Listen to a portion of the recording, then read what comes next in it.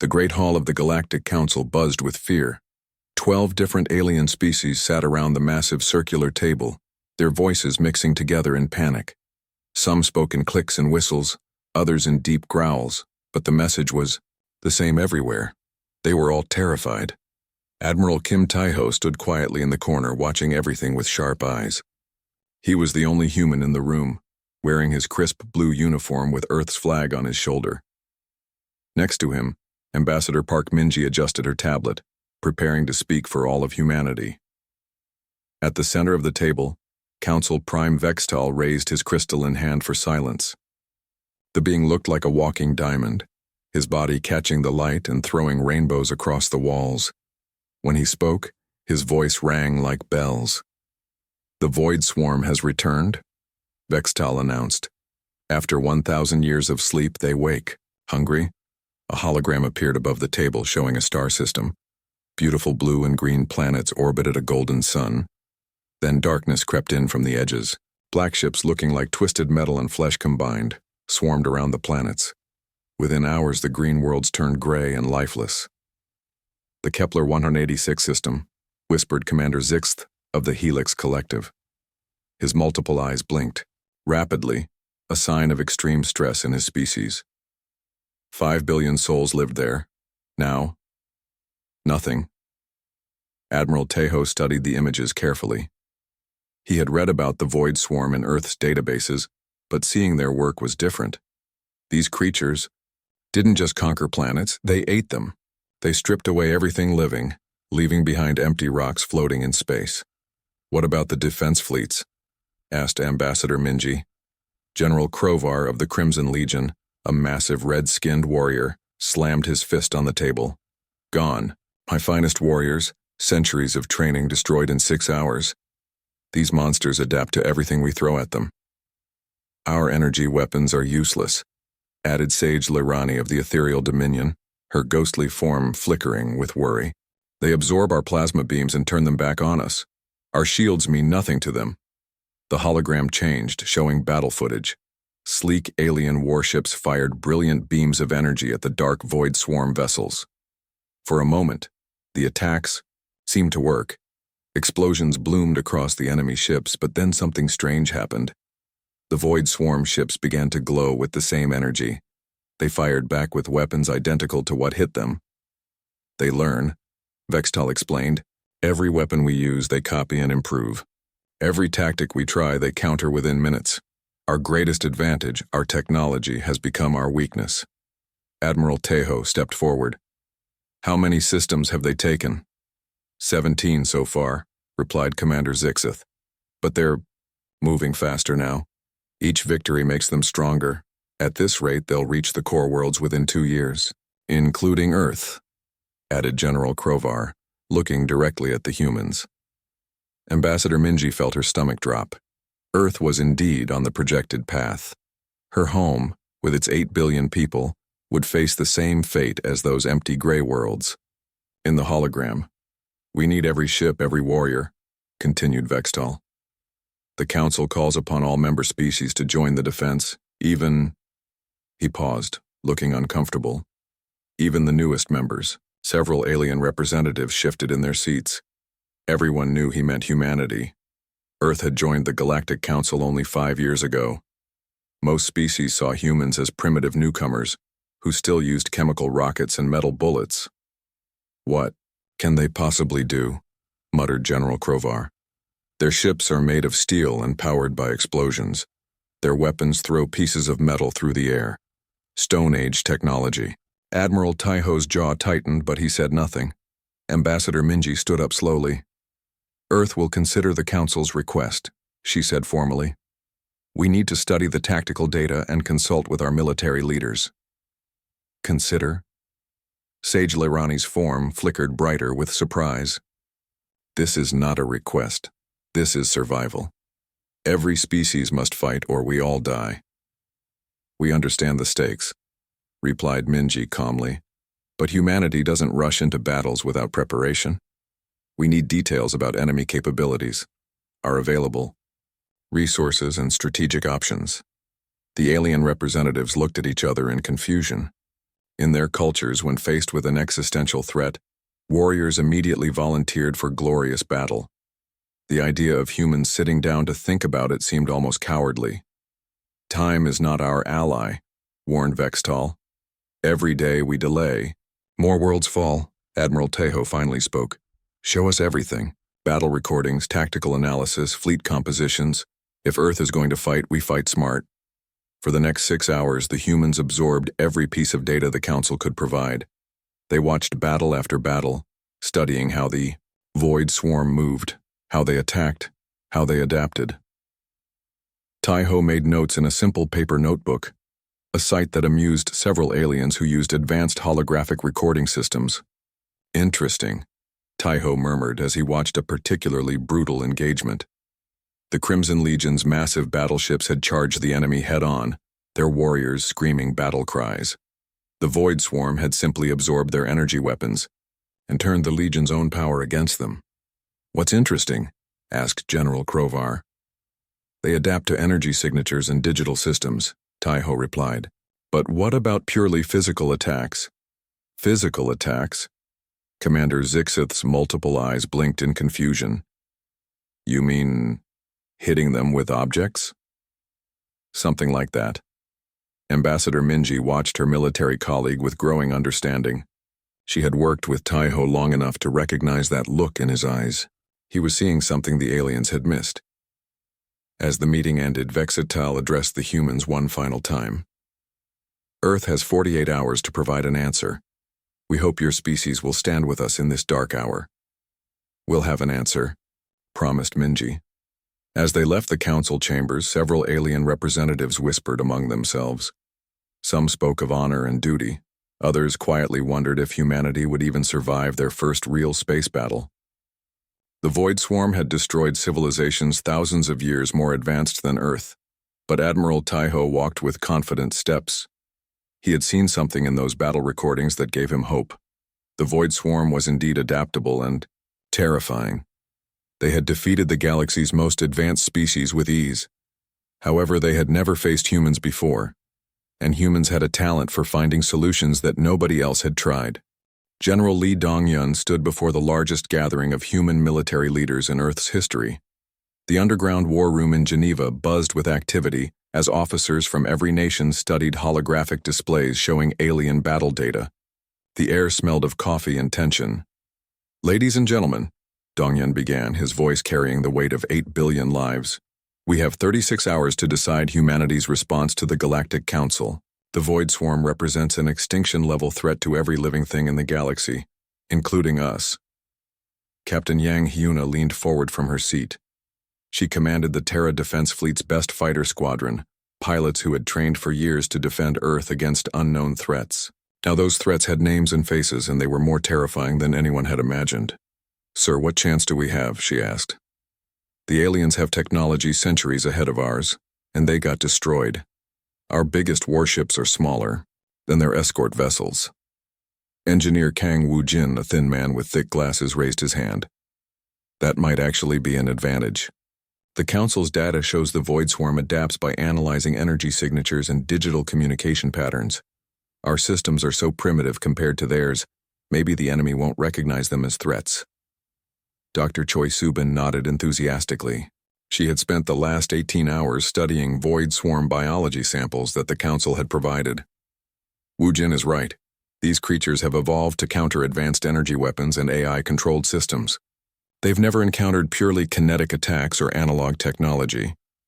General Dong-hyun brought up a holographic display showing human weapon systems. Compared to the elegant energy beams and plasma cannons used by alien species, human weapons looked crude and simple. Bullets, missiles, railguns, and chemical explosives. "The Crimson Legion uses plasma spears that can cut through steel," Dong-hyun explained. "The Helix Collective has quantum disruptors that tear apart matter at the atomic level. The Ethereal Dominion can manipulate energy with their minds, all useless against the Void Swarm." "Because they're all energy-based," realized Captain Yang Hyuna. "But we still throw chunks of metal at our enemies at high speed." "Exactly," confirmed Dr. Choi. "Look at this." She activated her own display, showing microscopic footage of Void Swarm tissue. Their armor adapts by absorbing and redirecting energy. But when I hit a sample with a simple steel rod, it just broke. No adaptation, no energy absorption. Pure kinetic force overwhelmed their defenses. The room fell silent as the implications sank in. For the first time since joining the Galactic Council, humanity's technological backwardness might actually be useful. Engineer Wu Jin pulled up ship designs.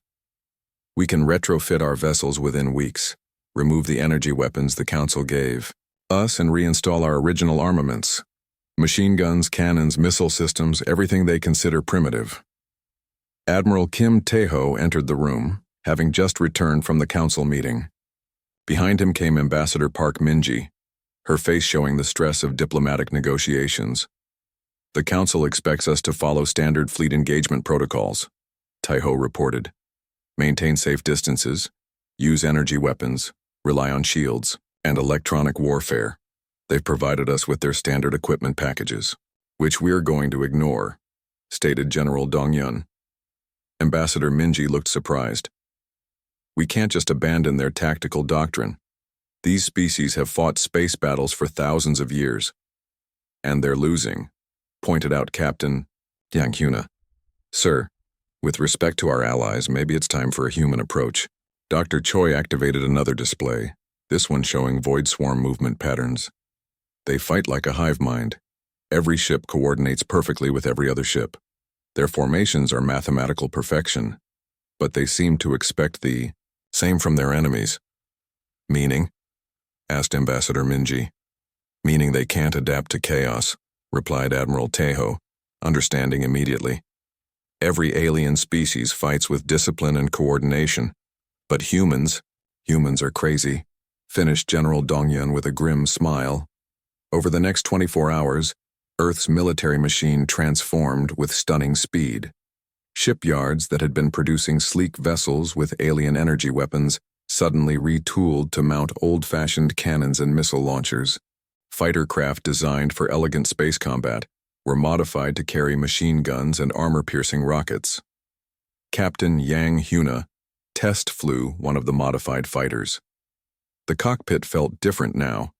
Analog gauges instead of digital displays, manual controls instead of AI assistance. It was like stepping back in time, but somehow it felt right. Bravo, Squadron. This is Control, came the radio message. Beginning weapons test. Target is a captured void swarm armor sample. Yang Huna lined up her fighter and squeezed the trigger. Twin machine guns roared to life, spitting hundreds of bullets per second. The tracer rounds lit up space as they slammed into the alien armor.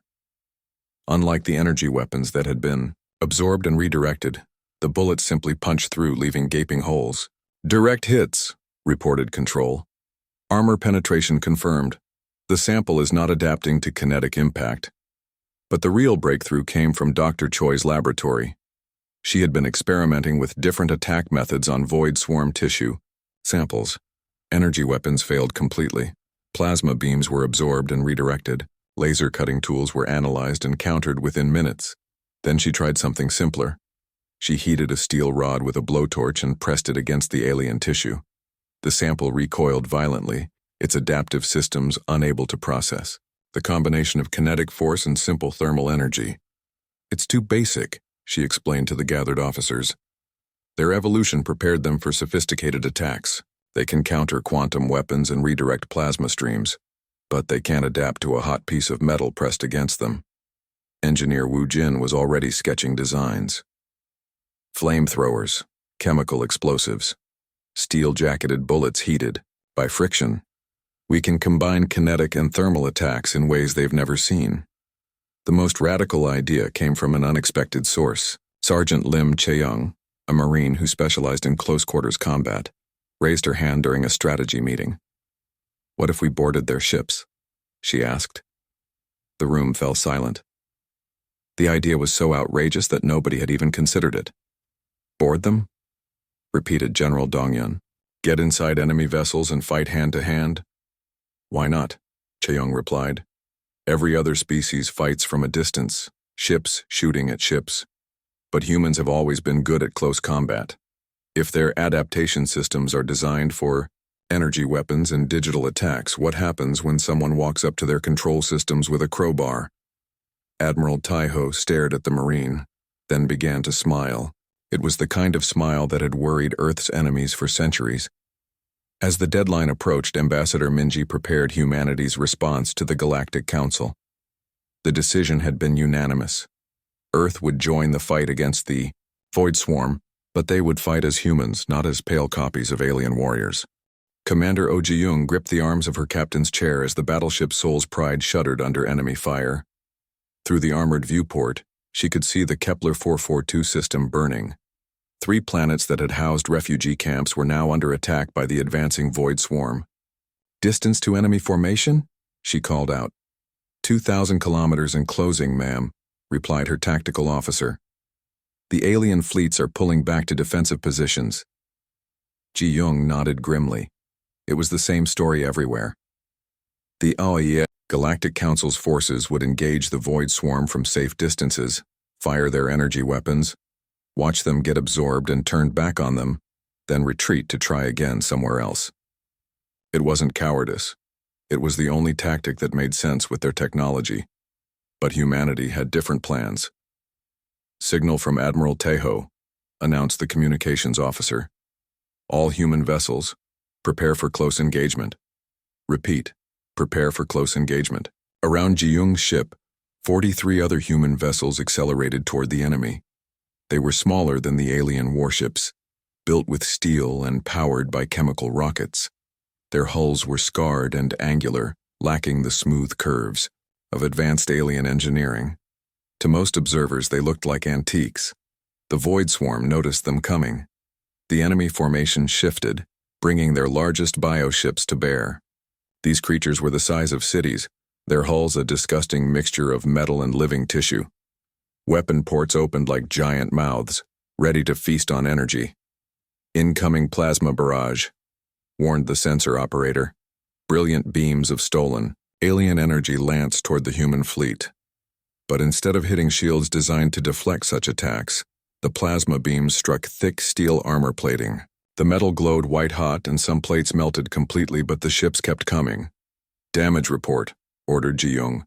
"Hull breach on Deck 7, fire on Deck 12, but main systems are operational," came the reply. Steel armor absorbed most of the impact. Ji-young smiled coldly. The aliens built their ships to be elegant and efficient. Humans built theirs to take damage and keep fighting. It was an old philosophy. If you're going to get hit, make sure you can survive it. All ships open fire at 1,000 kilometers. Target the big ugly one in the center. The human fleet erupted in violence, but instead of graceful energy beams, they fired everything crude and brutal. Shells the size of cars slammed into Void Swarm bioships. Missiles packed with high explosives detonated against alien hulls. Machine guns sprayed armor-piercing bullets in continuous streams. The effect was immediate and shocking. The Void Swarm vessels, which had easily absorbed and redirected the most advanced energy weapons in the galaxy, simply took damage. Their adaptive system scrambled to analyze the attacks but found nothing to adapt to. A bullet was just a piece of metal moving very fast. An explosion was just chemicals burning. There was no energy signature to copy, no digital system to hack. "Direct hits on target Alpha," reported the tactical officer with excitement in his voice. "Enemy vessel is venting atmosphere and debris." But the real surprise was yet to come. As the range closed to 500 kilometers, pilot Shin Minwoo led his fighter squadron in a maneuver that horrified the watching alien fleets. "This is Viper Squadron," Minwoo announced over the radio. "Beginning attack run." His fighters dove straight into the Void Swarm formation, not in the careful, calculated approach used by alien pilots, but in a screaming charge that looked more like suicide than strategy. The enemy bioships tried to track them with their weapons, but human fighters were small and fast and completely unpredictable. Minwoo rolled his fighter between 2 massive enemy vessels, machine guns blazing. Tracers lit up space as his wingmen followed, each pilot picking their own target and attacking with reckless courage. The Void Swarm's coordination algorithms, designed to predict logical battle movements, couldn't process this level of apparent insanity. Fox 3, called out Lieutenant Park Jae-hyun, as he fired 2 missiles at point-blank range. The weapons were simple things, chemical rockets with explosive warheads, but they punched through alien armor like it was paper. The breakthrough moment came when Commander Ji-young's battleship reached optimal range.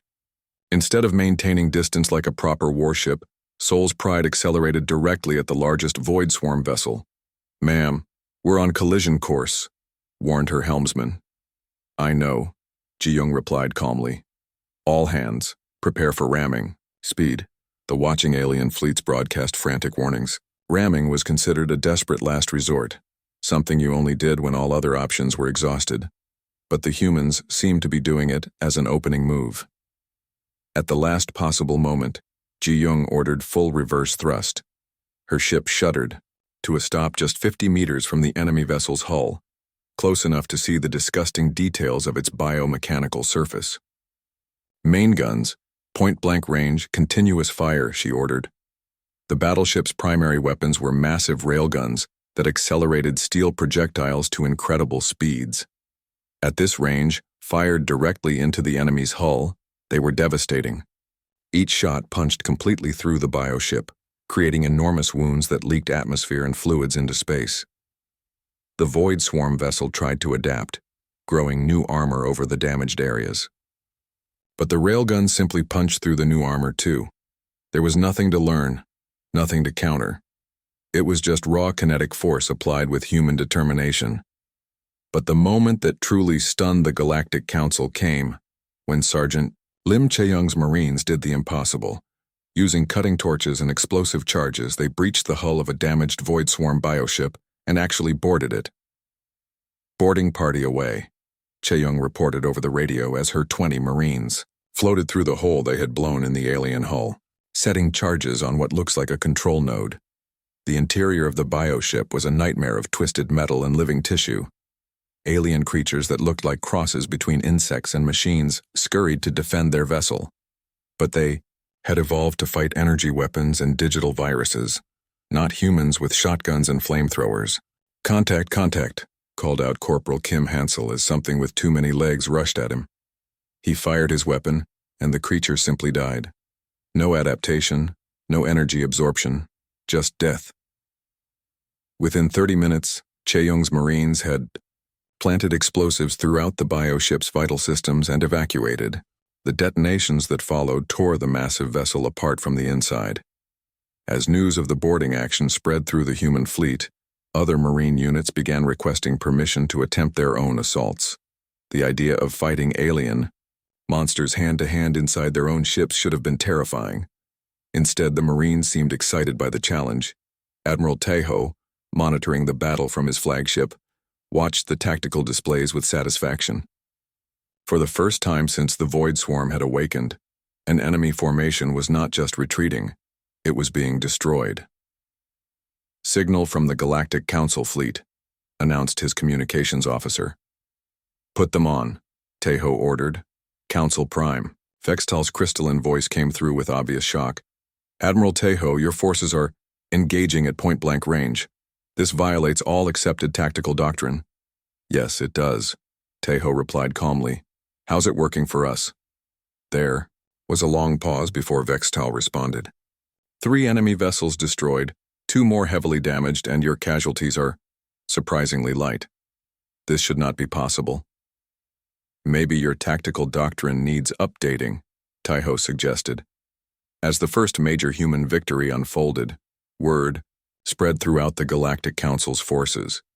The species they had considered primitive and backwards had just accomplished something that advanced civilizations had failed to do for months.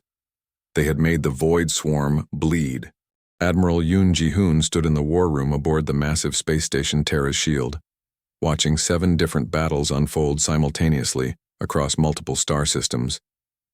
Each holographic display showed human forces engaging the Void Swarm, using tactics that would have been considered impossible just months ago. Status report from Sigma-7 system, called out his aide, Lieutenant Moon Sarah. Admiral Chen reports successful planetary liberation, she continued. Marine forces have cleared all Void Swarm ground installations using flamethrower teams and explosive charges. Civilian evacuation is complete. Jihoon nodded, making notes on his tablet. In the old style of galactic warfare, liberating a planet took years of careful orbital bombardment. Humans had done it in 3 days by landing Marines with simple weapons and letting them fight building by building. Dr. Nam Yoonji approached from her research station, her lab coat stained with coffee and exhaustion. Admiral, we've had another breakthrough. The hybrid weapon systems are exceeding all projections. She activated a new display showing weapon test results. Human engineers had successfully combined Galactic Council energy shields with their own kinetic weapons.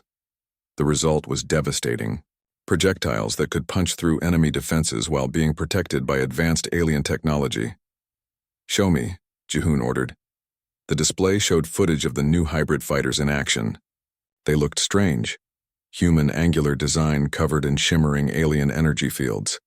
But when they attacked, their weapons were brutally effective. Machine guns that fired bullets surrounded by energy fields, missiles that could penetrate any known armor. The Void Swarm can't adapt, Dr. Yoonji explained excitedly. They try to absorb the energy components, but the kinetic elements just punch right through their adaptive systems. It's like trying to catch a bullet by grabbing the muzzle. Flash. Colonel Bae Seonghwan entered the war room, still wearing his combat armor from a recent mission. His Special Forces unit had just returned from what the Council was calling the Impossible Raid, a direct assault on a Void Swarm command vessel deep inside enemy territory. How did it go, Colonel? Asked Jihoon. Bae smiled grimly and activated his mission recorder. See for yourself, sir. The footage showed Bae's team using a combination of alien stealth technology and human guerrilla tactics. They had infiltrated the massive bioship using captured Void Swarm material to mask their presence, then fought their way to the command center, using weapons that the enemy literally could not comprehend.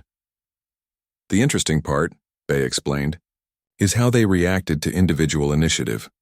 Every other species they've fought uses centralized command structures. When we split into small teams and acted independently, their coordination systems couldn't track us. Dr. Yoonja pulled up another display, this one showing Void Swarm behavioral analysis. Colonel Bae is correct. We've identified their critical weakness. They can't understand individual sacrifice for collective benefit.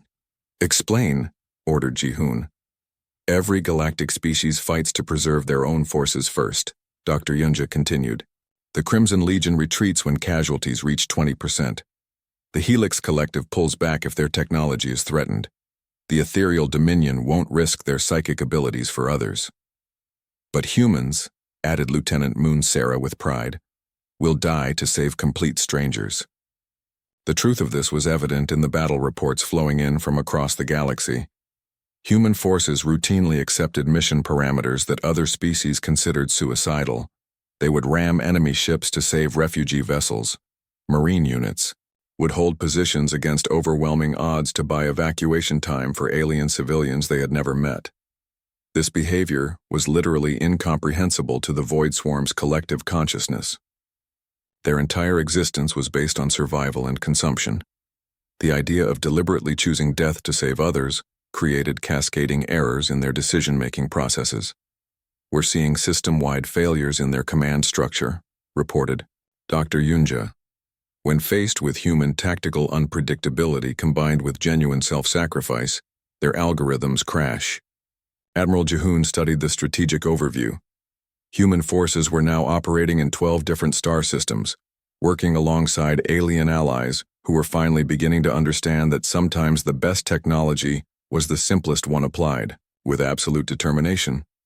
Signal from the Galactic Council, announced the communications officer. They're requesting human tactical advisors for their fleets. This was unprecedented. For thousands of years, the Council species had considered themselves the pinnacle of military evolution. Now they were asking the newest, most primitive member for help. Put them through, Jihoon ordered. Council Prime Vextel's crystalline form appeared in the hologram, but this time he wasn't speaking from the safety of the Council chambers. He was aboard a battlecruiser, his normally perfect appearance showing stress fractures. Admiral Jihoon, Vextel began formally. The Council requests immediate human assistance in the Beta Centauri system. Our forces are struggling to implement your tactical innovations. Ji-hoon understood the problem immediately. You're trying to fight like humans while still thinking like aliens. Perhaps, Vextal admitted. Our commanders find it difficult to order close-range engagements. The concept of ramming attacks seems... He paused, searching for words. Wasteful of valuable resources. It's not wasteful if it wins the battle, pointed out Colonel Bay. How many ships are you willing to lose to save a planet with 3 billion people on it? That is a complex calculation, replied Vextal. No, it's not, said Lieutenant Moon Sarah. It's simple. All of them, if necessary. The conversation was interrupted by an urgent alert from the tactical display. Captain Yang Huna's voice came through the speakers with excitement and strain. Admiral, this is Falcon Squadron. We've discovered something important about the Void Swarm's reproduction cycle. Huna's fighter group had been conducting deep reconnaissance missions, using their small size and human unpredictability to penetrate enemy territory that larger alien vessels couldn't reach. Report, Captain, ordered Ji-hoon. They need specific conditions to spawn new bioships, Huna explained. High-energy environments, usually around stars or energy-rich planets. But, sir, they can't reproduce in areas with high kinetic activity. Dr. Yunja looked up from her displays with sudden understanding. Of course, their reproduction systems are designed to absorb and convert energy. But kinetic disruption interferes with the process. The implications were staggering. Every previous battle had taken place in deep space, where the Void Swarm could safely retreat and spawn replacements for destroyed vessels.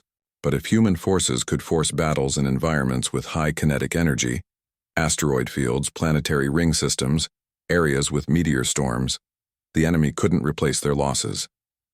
We need to change our entire strategic approach, realized Ji-hoon. Not just new tactics, but new battlefields. Over the following weeks, human forces began implementing what would later be called the Chaos Doctrine. Instead of seeking clean, organized battles in empty space, they deliberately fought in the most challenging environments possible. Asteroid fields where rocks moving at orbital speeds created constant kinetic interference. Gas giant atmospheres, where storms and pressure changes disrupted enemy coordination systems. Planetary surfaces where gravity and terrain made energy-based adaptation nearly impossible. The Void Swarm, accustomed to the orderly battles preferred by advanced civilizations, found themselves fighting in conditions they had never encountered. Their bioships, designed for space combat, struggled in atmospheric conditions. Their coordination systems, based on perfect information flow, failed when communications were disrupted by natural phenomena. Most importantly, their ability to spawn new vessels was severely compromised. For the first time in their existence, the Void Swarm was losing ships faster than they could replace them. As Admiral Ji-hoon reviewed the latest battle reports, he realized something profound had changed. The galaxy's most advanced civilizations were now following tactical doctrine developed by the species they had once considered primitive. Human approaches to warfare, chaotic, unpredictable, willing to sacrifice anything for victory, were becoming the new standard for fighting the Void Swarm. The student had become the teacher, and the lesson was simple. Sometimes the most sophisticated solution was to hit the enemy harder than they could hit back. Fleet Admiral Park Jin-hyuk floated in zero gravity aboard his command ship Eternal Vigilance, watching the largest military operation in galactic history unfold before him. Through the massive viewport, he could see thousands of ships from dozens of species, all arranged in formations that would have been impossible just 1 year ago. The target was the Void Swarm's primary hive system, a cluster of dead planets orbiting a dying star. Intelligence reports indicated this was where the enemy's queen forms bred and planned their galactic conquest. If the hive fell, the Void Swarm would collapse across the galaxy. Final status report, Jin-hyuk ordered. Commander An Ji-woo, his tactical officer, consulted her displays. Human forces are at full readiness. We have 230 ships, including 50 of the new hybrid-class vessels. Marine boarding teams are prepared for planetary assault. Allied fleet status? The Galactic Council has committed everything, replied Ji-woo. 800 vessels from 12 species, all equipped with human-modified weapon systems and trained in our tactical doctrine. Jin-hyuk nodded, though privately he still found it amazing. A year ago, the same alien species that now followed, human battle plans had considered humanity barely worthy of council membership. Now they painted human tactical symbols on their hulls and trained their crews to fight like human marines.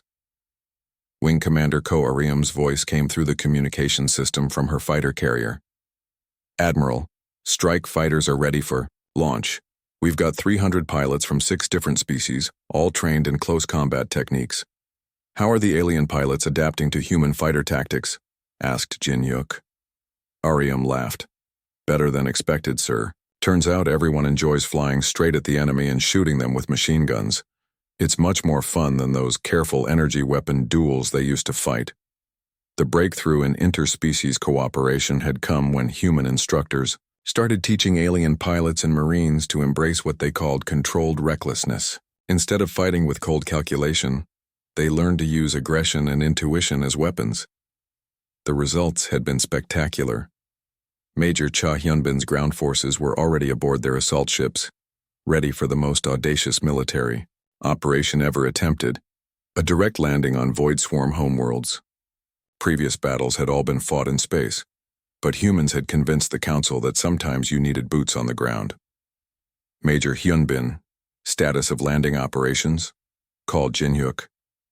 Ready to go, sir, came the reply. We've got 20,000 Marines from 8 species, all equipped with kinetic weapons and simple explosives. The alien troops have been enthusiastic about learning human ground combat techniques. That was an understatement. When human Marines had first demonstrated close-quarters combat with flamethrowers and grenades, alien soldiers had been horrified, but after seeing how effective these crude weapons were against Void Swarm bioforms, they had embraced them completely. Crystalline warriors who once fought with elegant energy blades now carried shotguns. Ethereal beings who preferred psychic attacks had learned to use rocket launchers. The final assault began with a maneuver that had become known as the human opening, a direct charge at maximum speed toward the strongest enemy position. Admiral Jin-hyuk's combined fleet accelerated toward the Hive system's outer defenses like a massive spear thrust. The Void Swarm response was immediate and massive. Bioships the size of moons emerged from their hiding places, their hulls bristling, with weapons that had once terrorized the galaxy. Energy beams lanced out toward the approaching fleet, expecting to face the same helpless enemies they had been defeating for months. Instead, they encountered ships with thick steel armor and kinetic weapons that their adaptive systems still couldn't process. The human hybrid vessels led the charge, their hulls protected by alien energy shields while their weapons remained defiantly primitive. All ships, engage at close range, ordered Jin-hyuk. Remember, if you're not close enough to see their hull details, you're too far away. The battle that followed was like nothing in recorded galactic history. Instead of the graceful long-range energy weapon duels that had characterized alien warfare for millennia, it became a brutal close-quarters brawl. Ships rammed into each other, fired point-blank, and fought with the kind of desperate ferocity that only humans had shown before. Wing Commander Ariam led her fighters in the decisive strike. Her mixed squadron of human, alien, and hybrid craft dove directly into the Hive system's central cluster, where the massive queen forms lived and breed. "This is Sword Leader," she announced over the radio. "Beginning attack run on primary target. All fighters, remember, close range, continuous fire, and don't think too much about what you're doing." The queen form was a bioship so large it looked like a small moon, its surface covered in organic weapon systems and spawning chambers. As Ariam's fighters approached, it began generating energy fields designed to disrupt sophisticated alien technology. But the fighters were using human-modified systems that the queen form's defenses couldn't process. Machine guns opened fire. From extreme close range, their bullets punching through biomechanical armor that had been designed to absorb energy weapons. Missiles with simple chemical warheads detonated against vital systems, each explosion causing irreparable damage. "Direct hits on target," reported Lieutenant Seo Min-seok. "The big ugly thing is definitely not adapting to getting shot." Ariam smiled as she lined up her own attack run. Her fighter was one of the newest hybrids, combining alien stealth technology with human weapons. She could see the Queen Form's massive central brain chamber through her targeting system. Fox 3, she called out, firing both of her missiles at point-blank range. The weapons struck the brain chamber and detonated, sending shockwaves through the entire bioship. The effect was immediate and spectacular. The Queen Form, which had been coordinating Void Swarm forces across multiple star systems, suddenly went silent. Across the galaxy, bioships began showing signs of confusion and lost coordination. But the battle wasn't over. Major Hyunbin's ground assault was just beginning. Landing zones secured, he reported as his Marines established footholds on 3 hive worlds, beginning systematic clearance of spawning facilities. The planetary assault was a nightmare made real. The surface of the hive worlds was covered in twisted biomechanical structures that served as factories for new void swarm creatures. Human Marines, supported by alien troops, fought their way through chambers filled with half-formed monsters and living weapons. Flamethrower teams advance, ordered Sergeant First Class Kim Yujin. Burn everything that moves, and most things that don't. The simple brutality of fire proved devastatingly effective against bioforms that had evolved to counter sophisticated energy weapons. Entire spawning chambers were reduced to ash by Marines with weapons that any civilized species would have considered primitive. As the battle raged across the hive system, Admiral Jin-hyuk monitored reports from across the galaxy. Void swarm forces everywhere were showing signs of collapse. Without their Queen Forms to provide coordination, the bioships were reverting to simple aggressive behavior that made them easy targets for prepared defenders. "Sir," called Commander Jiwoo with excitement in her voice. "We're receiving surrender communications from Void Swarm forces in 17 systems. They're actually trying to negotiate." Jin-hyuk stared at the display in amazement. The Void Swarm had never shown any behavior except consume and destroy. The idea that they might be capable of surrender had never occurred to anyone. But as the hive worlds fell to human-led ground forces, it became clear that the enemy's collective consciousness was breaking down. Without their Queen Forms and coordination, systems the individual bioships were showing something that looked almost like fear. The final transmission came from the largest remaining Void Swarm vessel, broadcast on all frequencies in broken galactic common language. "Stop. No more. We go no return." 3 days later, Admiral Jin-hyuk stood in the Galactic Council chambers. But the scene was very different from the panicked gathering that had started this war. Representatives from 12 species looked at him with expressions ranging from amazement to something approaching awe. Council Prime Vextal spoke for all of them. "Admiral Jin-hyuk, on behalf of every living being in the galaxy, we thank you. Humanity has accomplished what we thought impossible." "We didn't do it alone," Jin-hyuk replied diplomatically. "Every species contributed to this victory. But it was your tactics, your approach to warfare that made victory possible," insisted General Krovar of the Crimson Legion. "We have fought for honor and glory for millennia. You fought for survival and won." Ambassador Park Minji, representing Earth in the post-war negotiations, stepped forward. "The Galactic Council has honored us with an offer to join the High Command as permanent military advisors. Earth accepts on the condition that we maintain our own tactical independence." "Agreed," said Vextal without hesitation. "From this day forward, human tactical doctrine will be standard throughout Council space, and humanity will take its place not as junior partners, but as the military leaders of a galactic civilization." As the ceremony concluded and the representatives dispersed, Admiral Jin-hyuk reflected on how much had changed.